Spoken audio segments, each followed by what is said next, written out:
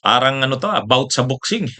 Oo, kasi hinamon nila Abante at ng iba pang kongresista si Magalong na kung talaga daw ano siya, totoo yung kanyang sinasabi, panindigan niya, sumipot daw siya sa ano, pagdinig ng Kamara. Dun niya daw isabi yung kanyang mga inaakusahang mga kongresista at senador na involved sa anomalya sa flood control. O sabi ni ano ni Bini Abante, dapat sumipot siya doon. Ay sinagot na ni Magalong eh. Sabi niya, dadalo ako. O, sa interview sa kanya sa radyo, sabi niya, a-attend siya. Hindi niya raw yan aatrasan. Hinihintay niya lang daw yung formal na imbitasyon. Yun, hintay. Makikita na natin ang bakbakan. Oh, yan mga kabunyog, mga kababayan.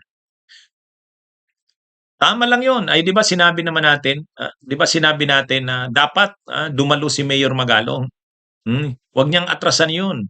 O ngayon, in-interview siya sa isang radio station, napanood ko yung interview. Sabi ni Mayor Magalong a-attend siya. Hindi raw puwedeng hindi siya a-attend dun sa ano na yun, sa invitation sa kanya. Kasi ano niya daw yan, eh, advocacy niya yan, yang tungkol sa labanan ng korapsyon. Tama naman siya, 'pag hindi siya umattend dun parang wala siyang paninindigan, parang natakot siya. Ay ano pa naman siya, PMA, police officer, ay parang hindi nababagay sa ano niya, sa pagkatao niya. Ano siya, ah, siya yung nangunguna sa Mayors for Good Governance. Ini-expose nila, linalabanan nila yung mga korapsyon sa mga proyekto ng gobyerno. Ito na yung pagkakataon, matagal niya ng advokasya yan, eh. Tapos ito na ngayon yung pagkakataon mismo ng presidente ang nanguna para labanan nga yang mga korapsyon na yan, lalo na dito sa flood control. O ngayon, mayroong investigasyon sa Kamara, sa Senado. Ngayon yung Kamara, yung mga kongresista, galit kay Magalong. Kasi sinabi ni Mayor Magalong na ano eh, ang mga kongresista, yan yung ano, involved dyan sa mga maanumalyang flood control projects na yan. Ngayon, siyempre, galit yung mga kongresista. Sabi nila, pangalanan mo, wag mo namang i-generalize. Ngayon, kung hindi mo mapangalanan, mag-sorry ka. Sabi ni Abante, ni Congressman Abante, ay sabi naman ni Mayor Magalong, hindi ako magsusorry. Bakit ako magsusorry? Hmm? Kayo ang mag-sorry sa mamayang Pilipino, yung ganun. Si Goma, si Richard Gomez din, congressman ng Leyte, sabi niya rin, hmm? Kung may diferensya ka sa congressman mo, sa kausapin mo na lang, wag mo kaming idamay. Kung may problema ka sa congressman mo, sabi ni ano, hindi yung magmamalinis ka para lang lumabas na ano, malinis ka, sisiraan mo yung mga kongresista. Wag mo namang lalahatin, yun ang sabi naman ni ano. Saka ayusin mo yung sarili mong bakuran. Linisin mo muna, sabi ni Gomez. Pati si Congressman Adjong, taga Mindanao, Lanao ba yun? Lanao yata yan si Adjong eh. Sabi niya, wag mo namang sabing moro-moro. Pag sinabing moro-moro, nasisira kaming moro dyan eh. Oh, hindi maganda yon, sabi niya. Kaya medyo mainit na yung ano eh, mainit na yung issue. O ngayon, hinamon si ang Magalong. Pumunta daw sa ano, pagdinig ng Kamara. Iimbitahan daw siya. Sabi ko sa isang live ko, dapat ang umattend si Magalong. Oh, nung interview na panood ko kanina lang, sabi ni Magalong, a-attend siya. A-attend daw siya. Basta't matanggap niya na daw ang imbitasyon, a-attend siya. Oh, yun, maganda, di ba? Maganda, abangan natin. Mayroon tayong kaaabangan na bakbakan.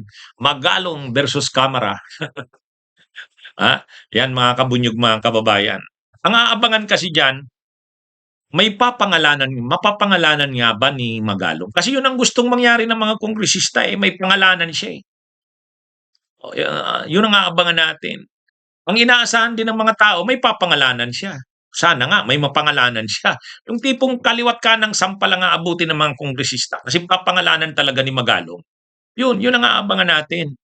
Sana may mapangalanan siya kasi 'pag hindi niya yan napangalanan, ay gagawin siyang iinsultuhin siya ng mga kongresista. Ang yabang-yabang mo, ang tapang-tapang mo, ngayon dito sinasabi naming may pangalanan ka, wala ka namang pangalang binibigay. O yan, sigurado na ganyan yung magiging dialogue ng mga kongresista diyan. Aabangan talaga natin. Alam nyo, doon sa Senado, dapat may pangalanan din si ano, may mapangalanan din si Lacson. O, kasi ang ganda na nung privilege speech niya eh. Ang tanong na lang, yung pangalan. Dapat may mapangalanan si Lacson. Doon sa Senado. Sa Kamara naman, si Magalong. Yun ang kailangan. pangalan. Oh, eh, ngayong pumayag na si Magalong na umattend sa sa Kamara, o dapat may mapangalanan siya, ano? Dapat may maibigay siyang pangalan. At maghanda naman yung kongresistang papangalanan niya. Sigurado ka-counter yan. Kaya maganda nga ito eh. Maganda ito, bakbakan. Pero yun ang hinihingi ng taong bayan, may mapangalanan.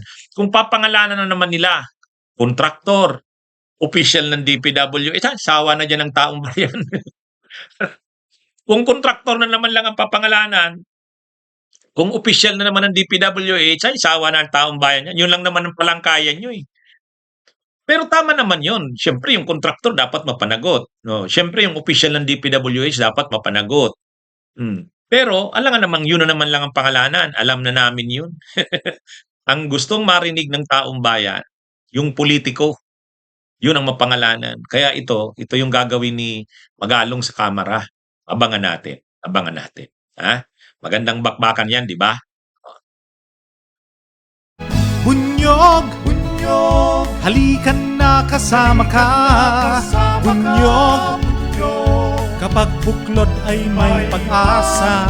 Luzon, Visayas, Mindanao, isa ang pananaw. Sa bagong Pilipinas ang bunyog isisigaw. Bunyog,